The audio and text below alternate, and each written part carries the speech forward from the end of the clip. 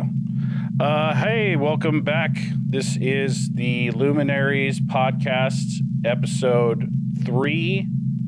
I screwed up last time and called it episode 2, so I'm going to fix that in the labels later. But anyway, this is episode 3, the Luminaries podcast, where we check in on... Oh, I put portal up there. Let me fix that real quick. Where we check in on eclipse energies and new moon and full moon energies. Lunar eclipses, solar eclipses, and as I was just talking to Jamie, I got dyslexic and was mixing up moons and eclipses. They have a similar energy in the sense that they're restarts. Full moon is an emotional release, clearing all that, and a new moon is a mental release and a starting point, where after that new moon, the emo feelings start building up for the next 2 weeks for the next full moon cycle. Real quick, I'm going to edit these words I put in here.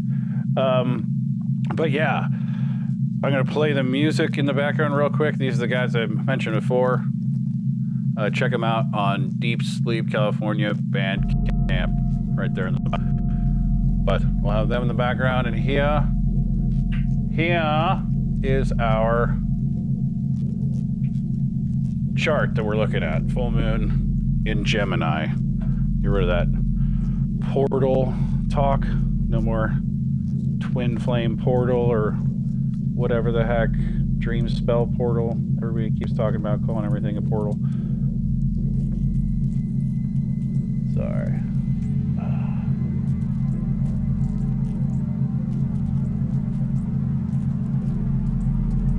Get rid of the word portal. There we go. We're ready.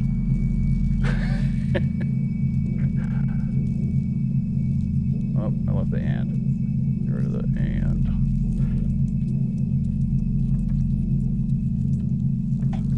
So here we go. Yes, we are live. So, even delayed again. So yeah, this is the full moon in Gemini. That last one I thought was the last new moon in Scorpio.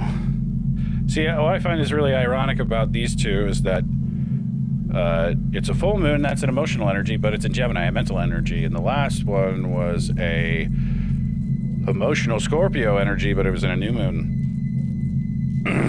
It was in a new moon energy. So the... There's a lot going on, like below the horizon. Yeah, so this is... Yeah, so kind of like on that theme that we were talking about on how hard everything and crazy it feels right now. And I sort of said, I think the cardinal signs and just the suppressed energies in this age in general. Yeah, like I'd say everybody that's been below the horizon their whole life, they're feeling this really heavily. But they're like about to be above the horizon and get their reward for like a lifetime of being below the horizon. But I really feel like it affects the cardinal energies a lot as far as reward. But yeah, this last theme shifted me intensely with the new moon being scorpionic. It like gave me closure on being stuck forever on emotional thing, where when you're fixed in a Scorpio mode, but you're emotionally stupid, like, or your emotions are not logically attaching to something that is emotionally like correct. So basically, I felt like a lifetime shift of emotional beliefs that I had and conclusions. I basically shifted a whole world of like what seemed to be failures into wins on the last new moon. I feel like this is sort of not repeating the same pattern, but like kind of a mental, a very similar in the sense that it's a mental energy in an emotional world now. But yeah, me and We had to overcome these internal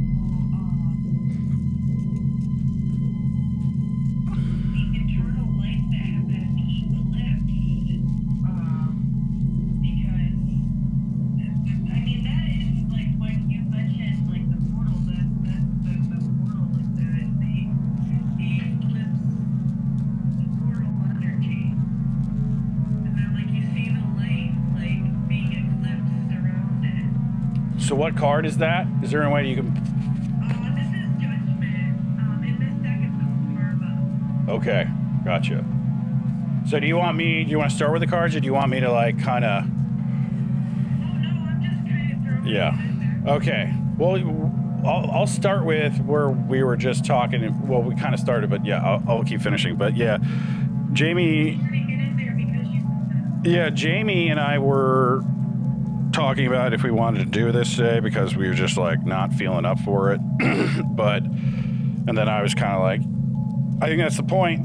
But yeah, I think, like we said, a lot of the occulted or below the horizon, that's anything up below the AC and the DC there. The camera's hiding the AC line there, but everything in the bottom hemisphere in astrology in general are sort of subconscious energies in the 3D, in the sense that anything above the horizon is very like solar and very obvious and can be seen by everyone.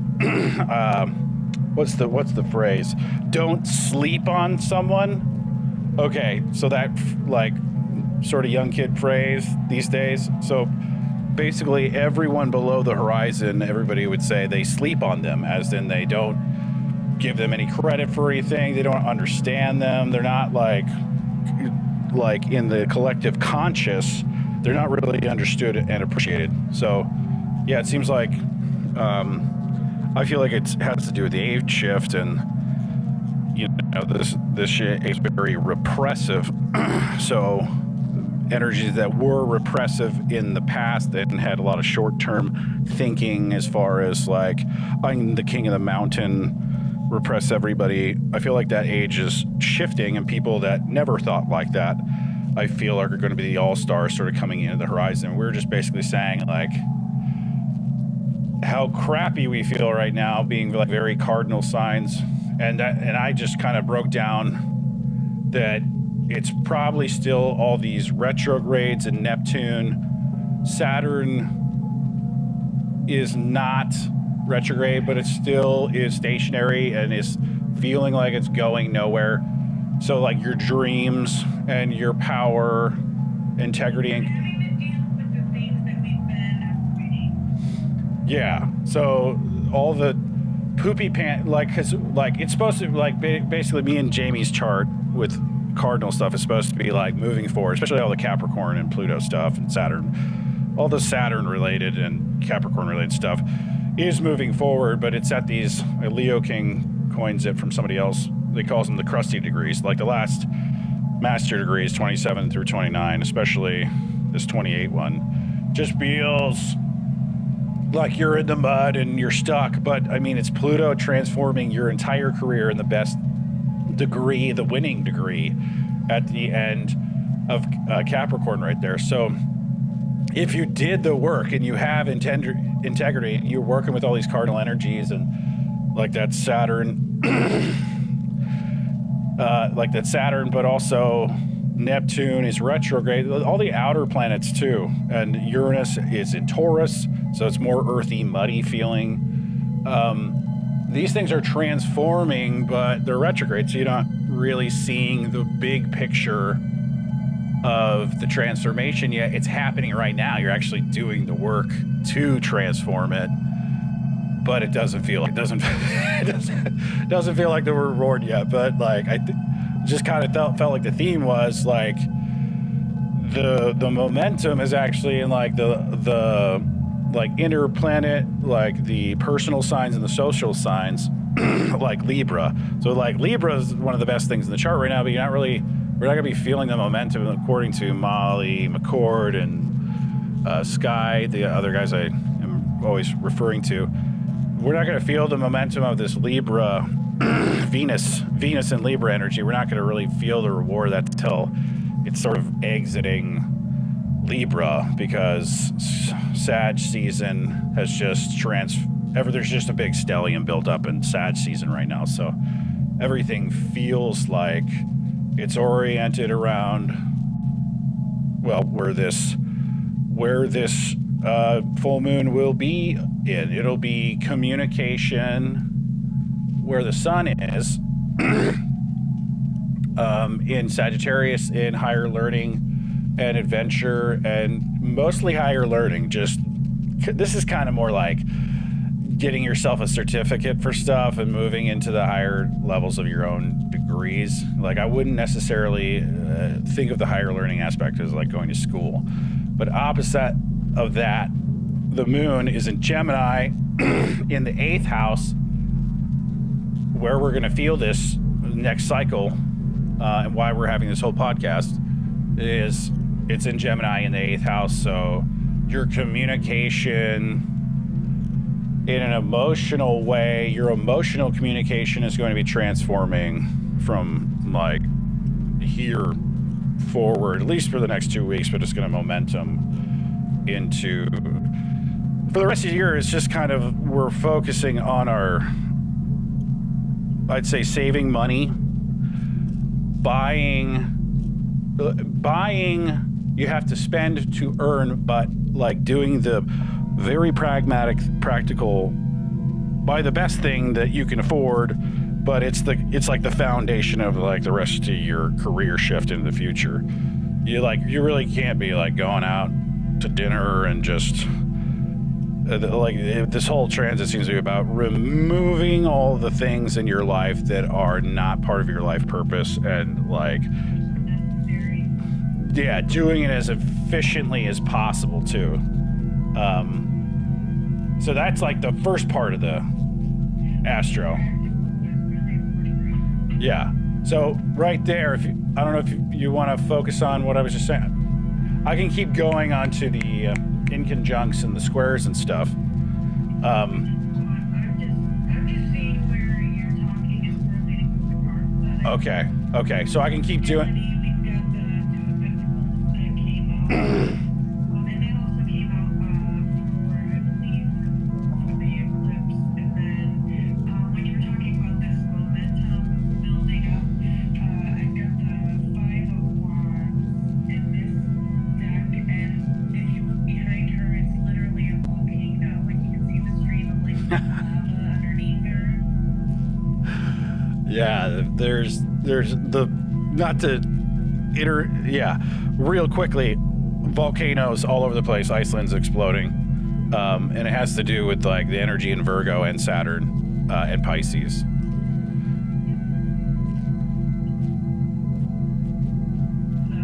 But yeah, it normally when they talk about volcanoes, they talk about Virgo, but it's Saturn and Pisces, and all the stuff in Saturn.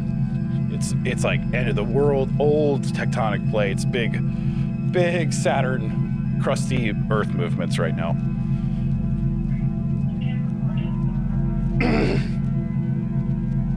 And well, yeah, it is Sagittarius season. So just to kind of summarize the Sagittarius season, Mercury's in detriment in Sagittarius, and it's going to go retrograde very much towards until the end of the month. Yeah, so Sky's channel, he was talking about how this Mercury in Sagittarius that is soon to go retrograde for like from the 13th to the 31st, that's going to kind of steal all the wind out of the sails of the Venus direct until that passes.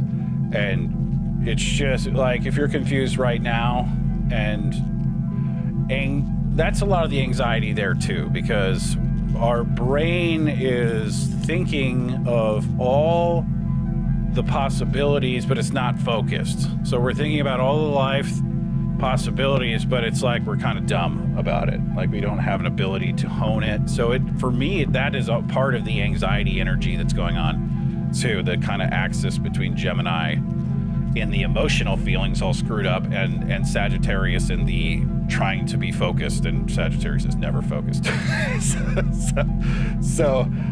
But also the stellium there, it's not real stellium, but bunched up other stuff in the train there, like Antares and the sun and Mars and Ceres. Mars is basically probably at the strongest, and it's basically, I'd say, the rear wheel engine, like at the back of this, pushing the whole train in the Sagittarius section. So yeah, just values are on your beliefs are big and shifting right now, and that's gonna at the end of that, there's a Ceres is right behind Mars, and that is connected to a big sextile that is connected to Pluto. So your values are getting support from Pluto at 28. So your communication will be supported in thinking about all these things. And in the Pluto department, it'll be direct. And in the Saturn department, it's coming online direct. Saturn's not in the sextile though, but that sextile jumps over to Neptune. So your dreams also, and Neptune and Sagittarius, they work well together, and they can. So you're going to be getting support with your dreams. You're just not going to see it directly. That's where you're going to feel insecure about it. But just go for it. Stop being a wuss, and and then you're also going to get support from Uranus in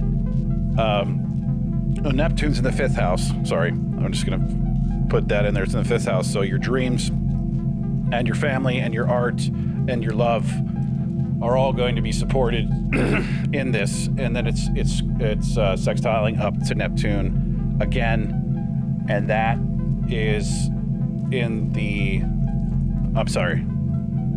up to Uranus in Taurus again. So the 7th house value shift, it will have unexpected, unpredictable value shifts in the 7th house of friends, frenemies, justice.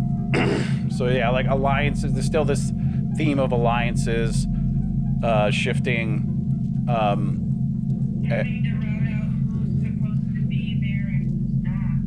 Yeah, I've kept making the themes of battle, like in the big picture, it's battle lines. Finding out who the spies are, finding out who the frenemies are. You're just recognizing and seeing everyone for who the hell they are. Yeah, and the whole time, but like I said, with just that past Scorpio shift of seeing your whole life differently, it's kind of like all the people that judge you your whole life, that you saw them as right, like that they kind of like called you out. It's kind of figuring out that your worldview shifts to the point that you find out, like, actually no, my haters were just haters, and I was right. Or it could be the other way around. It could be you could be on that other side. But that's the theme here, is finding out cosmic like shifts towards your whole life, and having the support of that behind us now. Now we're mentally doing the same thing with the Gemini stuff. Or emotionally, yeah, we're having emotional understanding of how we communicate, transform. But yeah, that's all the supporting stuff with the Sagittarius and the moon. The moon is going to have a semi-trine over to Pluto too. So that career should be feeling better. Like you should be feeling better about your communication and your career. And Pluto's in the 3rd too. So that's some nice energy there. It looks like there's another partial trine from Venus over to Saturn. So Venus and Saturn are starting to work behind the scenes together. Yeah. And looks like there's I get these mixed up. I'm an energy reader, guys, but looks like Pluto could be squaring. Pluto is being squared by the moon. So, like, although Pluto's giving the moon good energy, the moon is giving Pluto a little bit of square energy between that and Ceres. So I'm not going to focus on that because I don't think that's super relevant. But yeah, I got like one or two more things to say, but those are the things that were like jumping out at me first. But yeah, it's just big. It's just big stuff. It's big energies, and it's almost like the big energies are the distraction, and the small local communication and work-oriented things are like very subtly giving a small amount of support in the 3D, but it's like right now that's where you need to be hyper-focusing on, is just reducing. It's like you're reconnecting all the wires of like a computer, or like you have a tree that you trim all the dead leaves off the top, and you even maybe cut out some of the dead roots that are around it, and you hyper efficiently with earth energy are basically creating the least resistance from the roots to the branches that are still living and the trees that are still living. Like if you ever grew marijuana, you're just de-leafing. You're just taking all the leaves off that are dead, that are not going to the buds, basically. But yeah, that's it, except there's Uranus in Taurus has an inconjunct in, so like I just said that thing about the 7th house with frenemies and justice. So there's got to be like a G check in some sort of way from Spica, the Empress star, over to Uranus. So some sort of feminine energy is going to head back with that Uranian energy and sort of G check Uranus to see if he's like I guess I'd kind of say in value and integrity, I guess. And Ceres, the mother of Persephone, that recently has been playing out stuff between the Pluto energy and the Venusian energy and Virgo and energy. Ceres, the harvest god mother who created winter, she is having some sort of dramatic G check with the last lunar Taurus eclipse. So that the cycle from that last lunar Taurus eclipse at 5 degrees is making some sort of, you know, if you were having drama with a soulmate like 2 weeks ago or so, 3 weeks ago, that's gonna come up tomorrow probably. So yeah, I think that's it. I went a little deeper there than a little rambling. That was a hard one to decipher. Yeah. Well, a lot is definitely boiling to the surface within ourselves and within the collective, for sure. We can see that in all of our lives and in the chaos that's going on in the world. And I feel like it's just a matter of are you choosing from a space of the hardcore intelligence, or are you choosing from an ego-based materialistic shadow aspect of self? Yeah. And it's kind of like we've been fluxing back and forth, kind of like the doubling back and forth of the Two of Pentacles, just kind of testing out the waters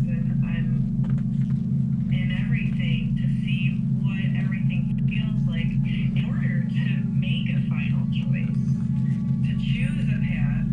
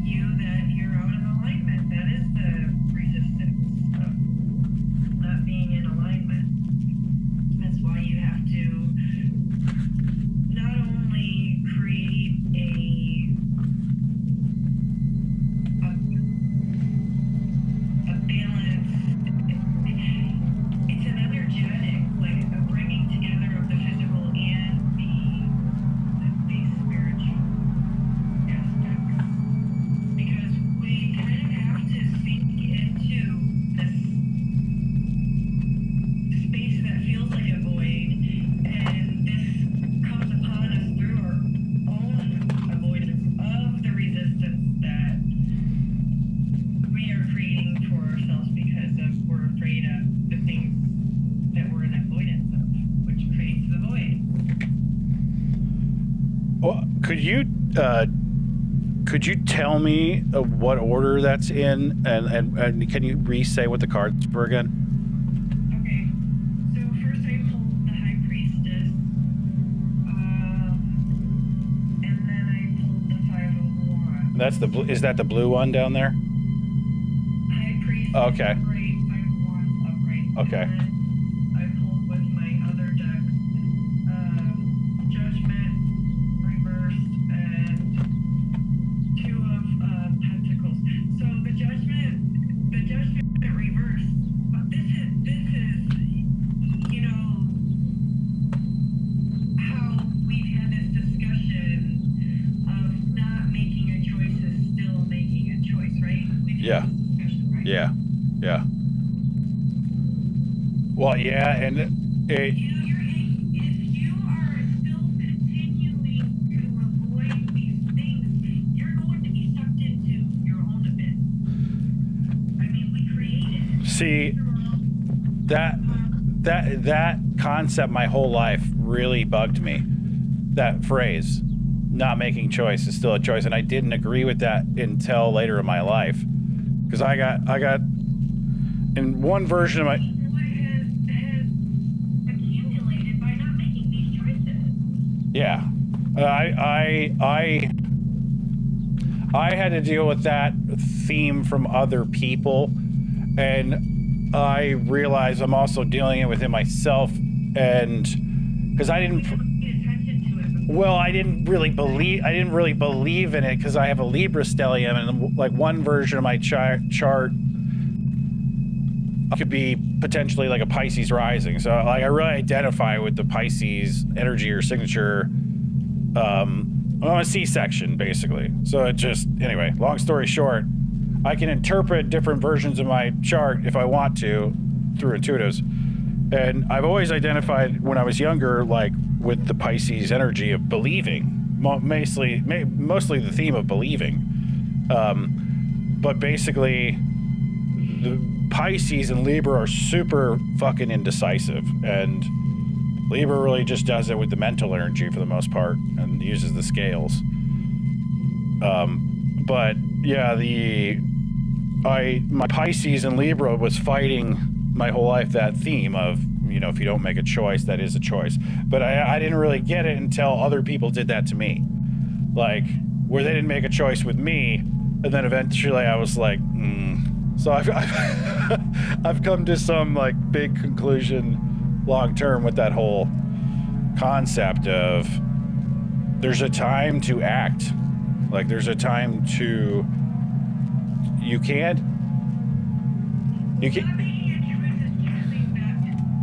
yeah, being able to make a choice immediately on instinct, that's a very fire oriented thing. So it's sort of a balance between the Libra, like, can be indecisive and taking too long, and you know, we're at North Node Chiron right now in Aries. Everyone has to make a choice right away, but you can't just ignore it. You know, we can't numb ourselves to Yeah, everything. this is We have to face that. this is the thing. This is one of the reasons why I wanted to do cards with you, because you pull fast because you're fire rising, and that decisiveness is like, wow, I love it.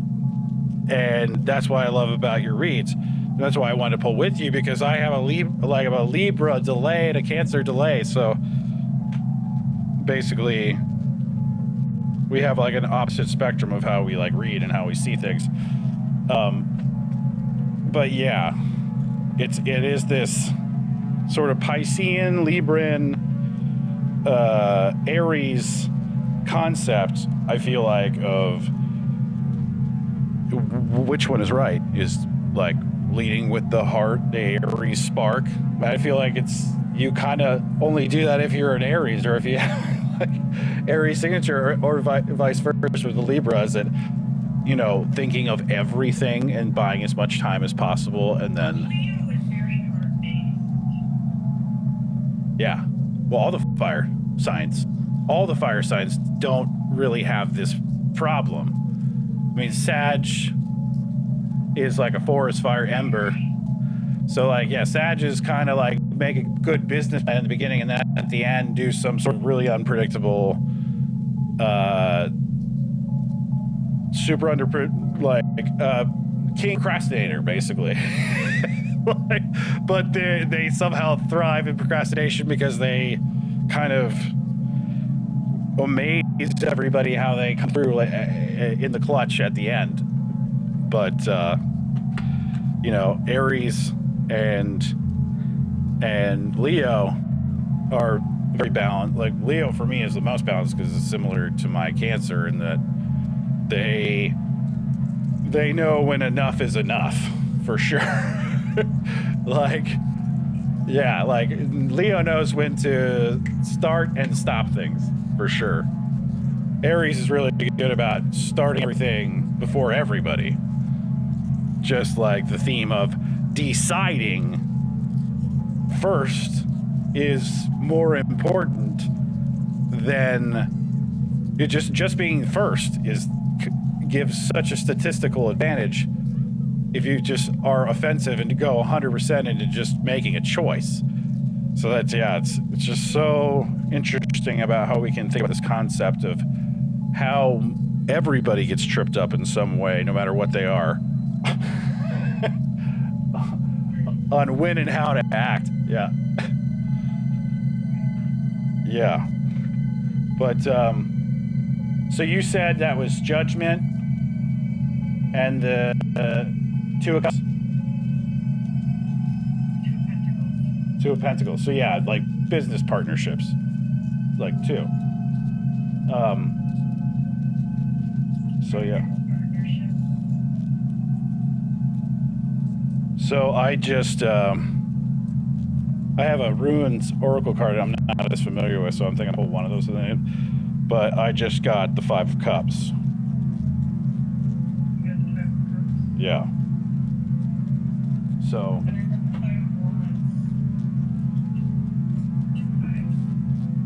yeah, change for sure. Five is also connected to the earth. Flipped it over again. I was spinning it in my hand, but it came out upright. We got Three of Wands. Decision time. Ships coming in, right? Isn't that associated, or is that a different one? Three of Wands to me is like making a decision, like we were just talking about, like kind of like what we were just talking about with fire and. It's like waiting for that like moment to come when you have to make it. Yeah, like for me, the first thing I'm thinking about, because I was just talking about business and there's so much Saturn in all this, is Two of Wands, partnerships, and for me in the past, Three of Wands is just making the decision on that shit. like starting to commit to it. It's commitment to me. But it's the whole contemplation of it when I look at that card. yeah. So I'm a Sun Cancer, but I just pulled Knight of Cups. So that Knights I've heard are mutable. So yeah, mutable water would be like kind of Pisces energy. Yeah. But I also view it as cardinal. So maybe I'm mixing those up actually.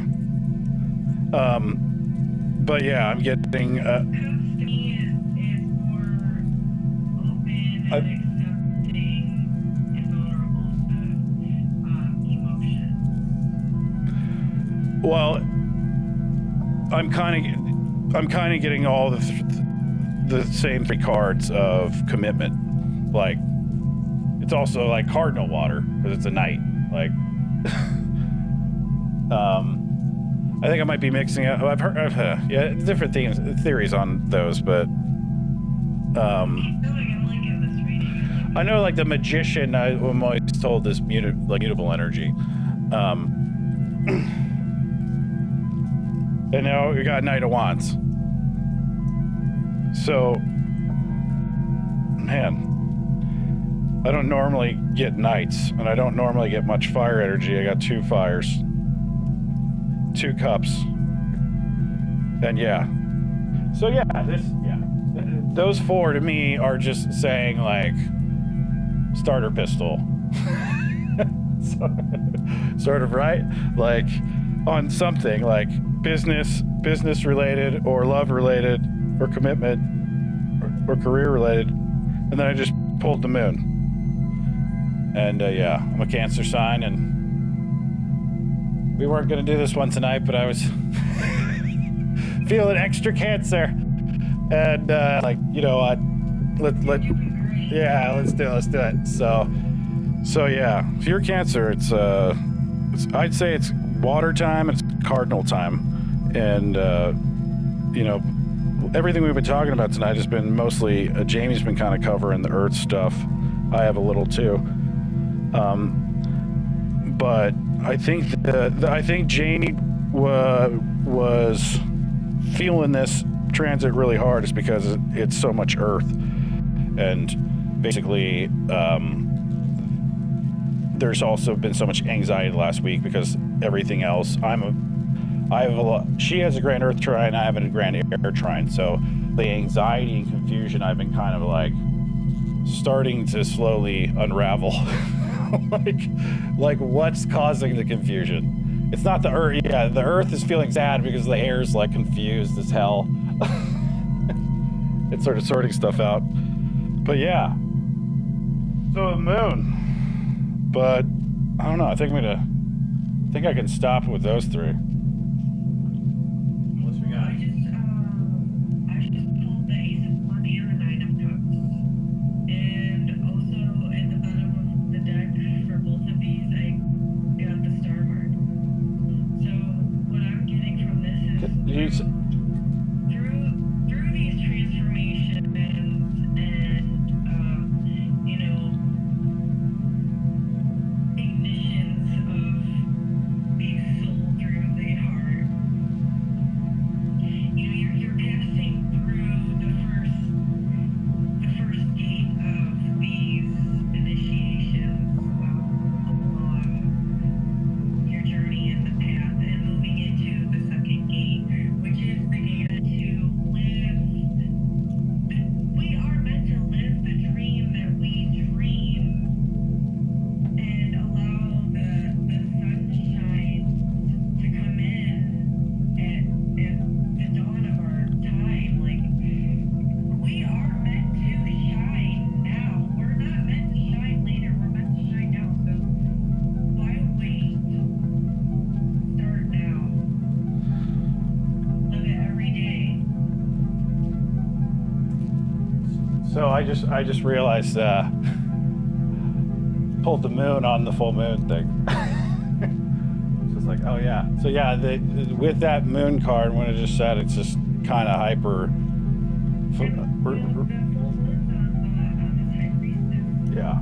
Yeah. It's a beautiful Did you pull? Oh my God, you bookend with 2 High Priestesses. That's amazing. So yeah, triple moon, triple moon cards, but it's also, you know, representing the 3 is Gemini. So yeah, just keep in mind about what we just said about the last new moon was in Scorpio. All right, and it had a mental. It was I think it was in the 3rd house, and this one is in the home of Scorpio house 8, in the 8th house.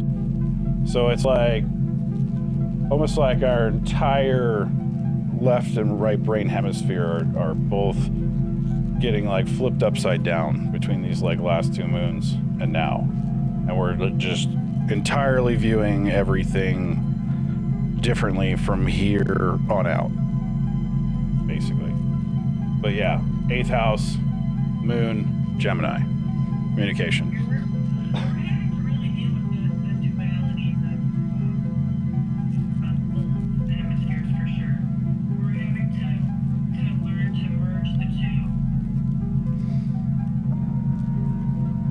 But we were talking before this about Gemini, and I'm trying to learn runes. This is a deck I got from a guy named YouTuber wrestlingaround.com. He's got a deck, and this is a rune deck. So it's like an oracle rune deck, but it's also musical, and it has a sister deck that's coming soon. But either way, we were talking about Gemini, and like we were trying to come up with who is Gemini, basically, and we're just saying that I think of the signs as like gods, and Loki is basically to me really representative of Gemini, and Odin is kind of representative of Virgo to me, mostly in the mercurial sense in those stories. But yeah, Loki is just really misunderstood.